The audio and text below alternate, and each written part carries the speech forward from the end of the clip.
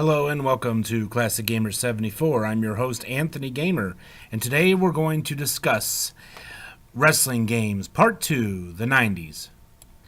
In the late 80s and early 90s, the focus of wrestling changed from being centered around big, huge, muscular wrestlers to the smaller and faster ones, known today as cruiserweights. And no video game showed this transition better than the main event. In this game, you saw the intertwining of the big muscular wrestlers of the 80s versus the up-and-coming smaller cruiserweight wrestlers of the 90s. So let's check this game out and see what you think.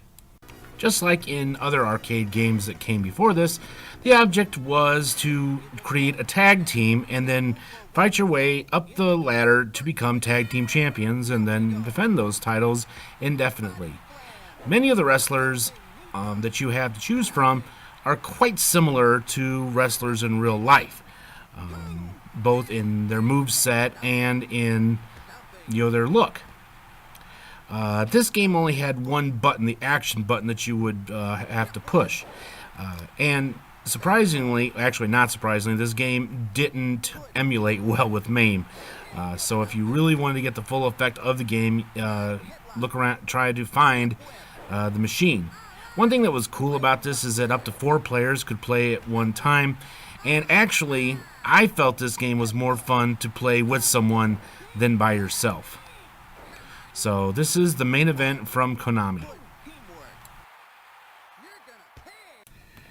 In the late 80s and early 90s, the NES, or the Nintendo Entertainment System, became the dominant video game system. And with it came some of the best wrestling home-ported games up until that point. Tecmo World Wrestling had to be one of the top games. Like all games by Tecmo, Tecmo World Wrestling focuses on realism. A lot of wrestling games that would come after this, it was just pretty much go through a series of matches and, fight your way up to become world champion. In this one, they actually have training montages between matches so that your wrestler can work out and get more powerful like, they would probably do in real life. So, what you choose a wrestler on this game and you work your way up the ladder to become world champion. You have somebody at the bottom there, the color commentary, telling the fans what's going on. You have a great moveset, a very diverse moveset, and some really colorful characters. For those of us that are big fans of what we call the good old days of wrestling, or wrestling, this game really brings that back to life. Kind of makes you long for those days of world-class championship wrestling in the Sportatorium. So, a really fun game, one that does not get old quickly. I mean, you'll probably be playing this game for years to come. I know I sure have been. So, Tecmo World Wrestling for the Nintendo Entertainment System. Up until the late 80s, the NWA, or the National Wrestling Alliance, had been a company that spanned several different territories in the United States and around the world. By the late 80s, the territory days were gone, and therefore the company that was the NWA kind of centered itself in the South under the name Jim Crockett Productions. Eventually, Jim Crockett Productions were purchased by Ted Turner, and the company was renamed World Championship Wrestling, or as some people that weren't even around back then call it WCW. I always get a kick out of people that make fun of that and they weren't even around back then. Anyway, and therefore, with Ted Turner's money, this company was able to reach new heights and would actually become a viable rival to Vince McMahon's World Wrestling Federation. And this became evident when the game from 1990, WCW, World Championship Wrestling, came out. Like the company itself, this video game contains several great wrestlers from yesterday and today from that time period, as you can see from this promotional poster up here on the screen. So let's check this game out. In the singles career mode, you choose your favorite wrestler and you work your way up the ladder, winning the United States title, then ultimately challenging for the World Championship. Before each match, you choose your 4 special moves. Some moves are already put in the game, such as a headbutt and a body slam. And then you begin your matches, working your way up the ladder. Here I have Lex Luger, and his first opponent is Michael P.S. Hayes. And now we switch over to Sting in his match. Now, when you get their energy all the way up, you are able to do your finishing move. Some finishing moves, like Sting's with a Scorpion Deathlock, are just like what they would use in real life. You also have a tag team tournament that's based on the point system, kind of like what they used to do at Starrcade back in the day. So, I have, of course, chosen the legendary tag team, the Road Warriors, Hawk and Animal, and my first opponents are Ric Flair and Michael P.S. Hayes, as we try to get the most points and win the WCW Tag Team Championship. You don't have tag team finishing moves like you would kind of expect the Road Warriors to use the Doomsday Torture device. However, most of the singles finishing moves are pretty realistic as to what the wrestlers would have used, with a couple exceptions. I can't imagine Ric Flair using a running neck drop as a finishing move.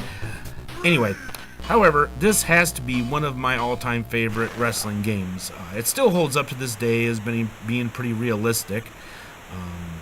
I would have to honestly say it's at least in my top 5. So, World Championship Wrestling by FCI for the NES. Throughout the 1990s, the Super Nintendo and the Sega Genesis battled each other out for which gaming system was the most superior. And this became very obvious when the game Super Wrestlemania came out in 1992. Although the games were cosmetically very similar, there were some big differences between the two versions. For instance, in the Super NES version, the wrestlers had no signature moves, but there were 10 different wrestlers to choose from. In the Sega Genesis version, you had 8 wrestlers, actually some of them different than the wrestlers in the Super Nintendo, and they did have finishing moves. So, in my opinion, Sega Genesis wins this one. With the Super Nintendo being the dominant system at this time, you would think that game developers wouldn't bother to make games for the NES anymore. Well, you'd be wrong, because in 1992, LJN created Wrestlemania Steel Cage Challenge, followed by King of the Ring in 1993. In neither of these games did you have wrestlers' signature moves. The controls were very clunky. However, Steel Cage Challenge would be the first ported video game to have a steel cage in it. Other than that, these two games are pretty much best forgotten. In 1992, they released Wwf Royal Rumble for the Super Nintendo and the Sega Genesis. Both versions of the game were pretty much identical for the most part. Of course, controls were different because the Super Nintendo had a 6-button controller, and most Sega Genesis controllers had 3. So it made using your favorite moves a lot easier on the Super Nintendo version. Another big difference is that the Sega Genesis had a almost completely different roster for the game than the Super Nintendo did.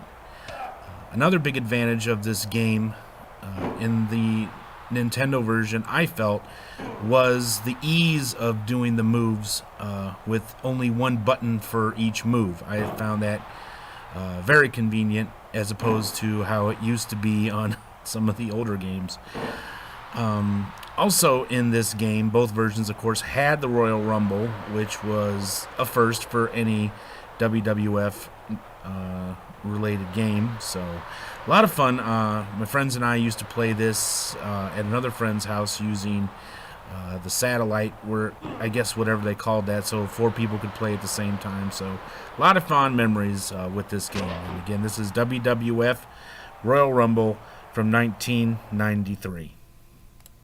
With the departure of established 80s stars such as Hulk Hogan and Macho Man Randy Savage, this new era of WWF would be called the New Generation, as several new stars would establish themselves, many of them smaller in stature than wrestlers from the past, as Vince McMahon would be embroiled in a steroid scandal.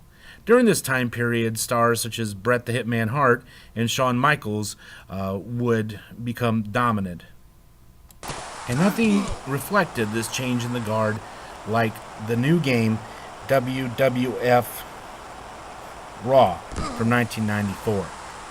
Both versions of the game for the Super Nintendo and the Genesis were pretty much identical. They had the same rosters, same attitude, same capabilities. The only difference, honestly, was cosmetic. As you can see, this is the Genesis version, and The Undertaker has red gloves, which in all the years I watched wrestling, I don't remember him ever having red gloves. Gray and purple, but anyway. One of the downsides to this game that most fans complained about was the fact that there were no legends in this game. It was all wrestlers from the new generation, such as Bret Hart, The Undertaker, Kevin Nash, Diesel, Razor Ramon, and this would also be the first WWF game to feature a female wrestler, that being Luna Vachon. So, from 1994, here is WWF Raw by LJN. And our final game for today is WWF Wrestlemania, the arcade game from 1995 by Midway. This was actually more of a fighting game than a wrestling game, as fighting games were very popular at that time, such as Mortal Kombat and the Street Fighter series. So WWF decided to capitalize on that. This would be the final WWF game that would be released in the arcade, as unfortunately arcade games became a thing of the past at that point. This game would be ported out to not only the Sega Genesis, but MS-DOS, the computer, and Sega Saturn, and later the PlayStation 1. Now, the Super Nintendo actually was short a couple wrestlers. It didn't have Bam Bam Bigelow or Yokozuna.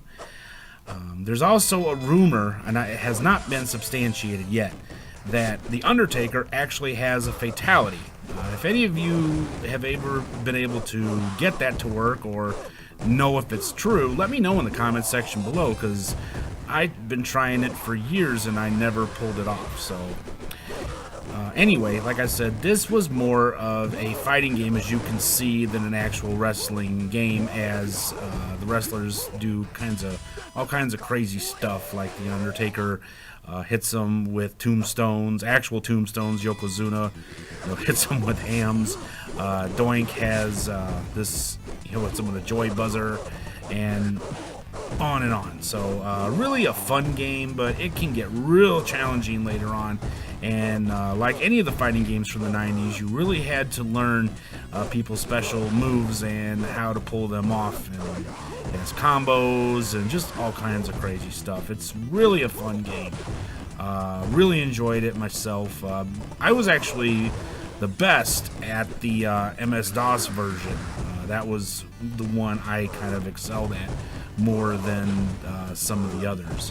But so anyway, this was WWF Wrestlemania, the arcade game from 1995. This is a complete disaster. Well, that brings us to the end of today's episode. I hope you enjoyed it. If you did, don't forget to give us a great big thumbs up and subscribe if you haven't already. If you have any suggestions for games or a genre of games you'd like to see on this channel, let us know in the comment section below, and who knows, it may be the subject of a later episode. In our next episode, I will begin the first in our series of video games based on movies with Krull. Well, I hope to see you then. Until that time, this has been Anthony Gamer, and I will see each and every one of you in the next episode. Have a great day. Goodbye.